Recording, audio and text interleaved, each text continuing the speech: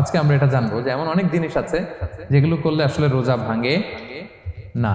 বলেন আমার সাথে সাথে, রমাদান মোবারক, রমাদান কারীম, রমাদান মোবারক, রমাদান কারীম।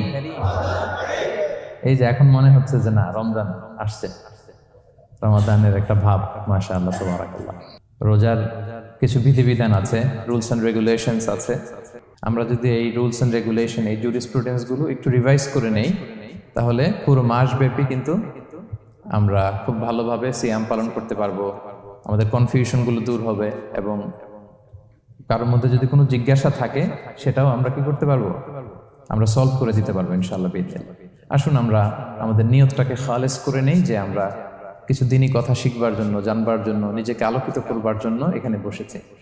কারণ ইন্নামাল আমালু বিন্নিয়াত, যে কোনো কাজের রিওয়ার্ড দেওয়া হয়, প্রতিদান দেওয়া হয় নিয়তের উপর বেস করে। তো আমাদের নিয়ত যদি ভালো হয়, আমাদের এই পুরো সময়টা এটা ইবাদত হিসেবে গণ্য হয়ে যাবে আলহামদুলিল্লাহ।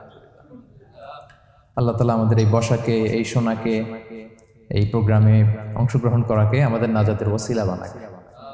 আমরা সবাই আওয়াজ করে পড়ি আমিন।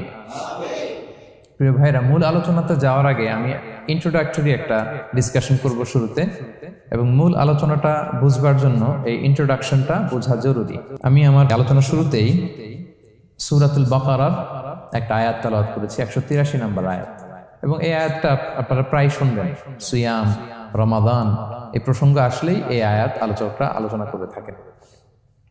183, 84, 85 টানা 3টি আয়াতে আল্লাহ তাআলা রমাদান নিয়ে, সিয়াম নিয়ে তিনি কথা বলেছেন, এবং এই 3টা আয়াত যদি আমরা বুঝতে পারি, আমাদের বাকি আলোচনাগুলো বুঝতে আমাদের সহজ হবে। তাহলে প্রিয় সুধী, আসুন আমরা আর কাল বিলম্ব না করে মূল আলোচনাতে চলে যাই। আমি তেলাওয়াত করেছিলাম, আল্লাহ তাআলা বলছেন, আউযু বিল্লাহি মিনাশ শাইতানির রাজিম, বিসমিল্লাহির রহমানির রহিম, ইয়া আইয়ুহাল্লাযীনা আমানু কুতিবা আলাইকুমুস সিয়াম কামা কুতিবা আলাল্লাযীনা মিন ক্বাবলিকুম লাআল্লাকুম তাত্তাকুন। এই আয়াতটা পরিচিত না কম বেশি সবার কাছে? অনেকের মুখস্থ বা অনেকের অ্যাটলিস্ট অনেকবার শুনেছেন কি, তাই তো?